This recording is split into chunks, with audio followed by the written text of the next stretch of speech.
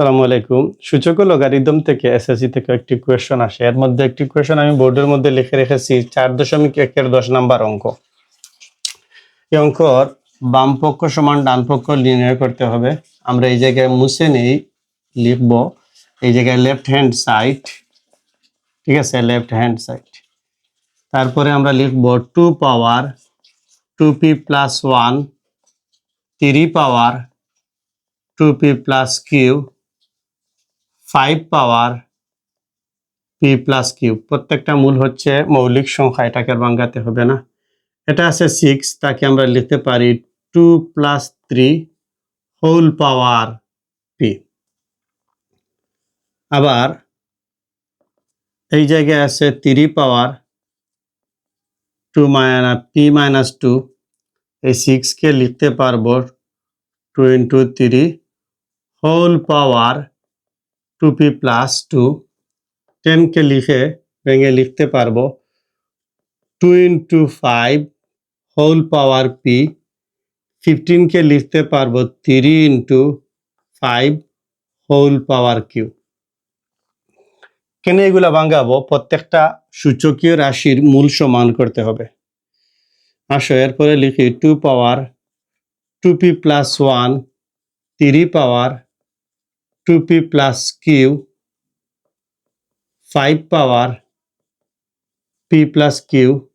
এটাকে আমরা একটা সূত্র জানি, সূত্রটা হচ্ছে এ বি হোল পাওয়ার n।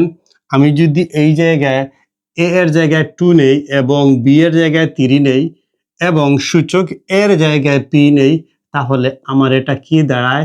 যেভাবে এটাকে লেখা যায় a b whole power n কে a power n b power n, ঠিক তেমনি ভাবে এটাকে লেখা যায় 2 পাওয়ার p এবং 3 পাওয়ার p লেখা যায় পৃথকভাবে 2 পাওয়ার p 3 পাওয়ার p।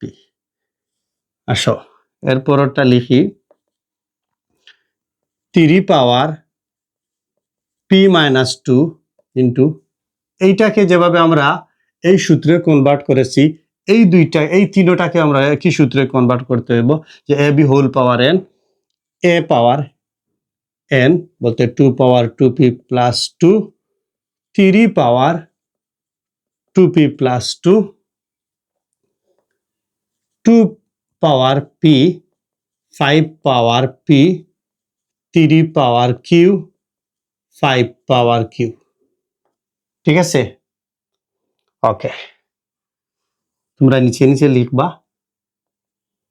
এখন আমাদেরকে দেখতে হবে আরো দুইটি সূত্রের রূপান্তর করতে হবে। আমরা জানি যে a পাওয়ার m গুণ a পাওয়ার n সমান a power m plus n। আর একটা সূত্র হলো a পাওয়ার m যদি মূলটা মূলের সাথে ভাগ অবস্থায় থাকে তাহলে তার পাওয়ার হবে m মাইনাস n। এই সূত্রে আমরা রূপান্তর করব। ওকে, এখন আসো দেখো এই জায়গায় মূল আছে 2 এবং এই জায়গায় মূল আছে 2, গুণ অবস্থায় আছে। যতটা মূল থাকবে এই জায়গায় 2 আছে, এই জায়গায় 2 আছে, যতটা মূল থাকবে একটি নিয়ে আসতে হবে এবং গুণ থাকলে তার পাওয়ার যোগ হবে, ভাগ থাকলে তার পাওয়ার বিয়োগ হবে।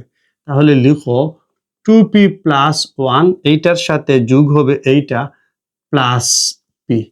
এই দুইটা মূলের সাথে এই দুইটা মূল আছে ভাগ অবস্থায়, তাহলে তার পাওয়ার হবে বিয়োগ। এই জায়গায় আমরা লিখব মাইনাস 2p মাইনাস 2, এই জায়গায় যে 2 পাওয়ার p আছে এটাকে লিখব মাইনাস p।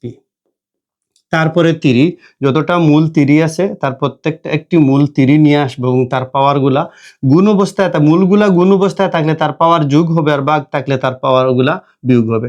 কি আছে 3 পাওয়ার 2p প্লাস কিউ এবং 3 পাওয়ার p, এটা হবে প্লাস।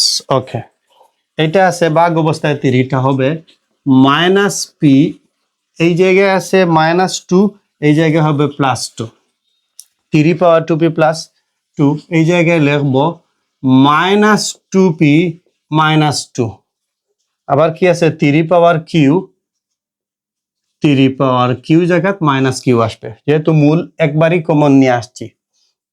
যতটা মূল থাকে আমরা একটি মূল সব সময় নিয়ে আসি। তোমরা একই লাইনে লিখবো, আমি নিচে লিখছি যেহেতু এই জায়গায় জায়গা হবে না। 5 পাওয়ার যতটা মূল আছে একটা মূল নিয়ে আসবো, এইটা এসে পি প্লাস কিউ, লবের মধ্যে হরের মধ্যে এই জায়গায় আছে আর এই জায়গায় আছে, ঠিক আছে, হবে মাইনাস পি মাইনাস কিউ হবে। এখন লক্ষ্য করো আমরা যেগুলা লিখলাম দেখবো এই জায়গাতে কোনো কাটাকাটি যায় কিনা। Plus 2p minus 2p, plus P minus P, plus 2p minus 2p, plus P minus P, plus Q minus Q, ঠিক আছে, plus 2 minus 2, plus P minus P, plus Q minus Q. এখন আমরা দেখতে পাচ্ছি যে এই জায়গায় কোনো কিছুই থাকেনি, কি থাকছে, শুধু 2 এর উপরে পাওয়ার থাকছে, যে 2 পাওয়ার মাইনাস 2 থেকে যে প্লাস 1 চলে যায় তো জানি মাইনাস 1 থাকে। ওকে, 3 এর উপরে কিচ্ছু নাই মানে 0, 5 এর উপরে কোনো কিছু নাই বলতে 0। আমরা সবাই জানি যে এ ইনভার্স সমান 1/a, ঠিক তেমনি ভাবে এটাকে লিখতে হবে কি হাফ। এটাও তার কোনো সূচকীয় রাশির সূচক 0 হইলে তার মান 1, এটার ক্ষেত্রে কি হবে 1 হবে, এবং এটাও কি হবে 1 দ্বারা গুণ করলে হাফ হবে।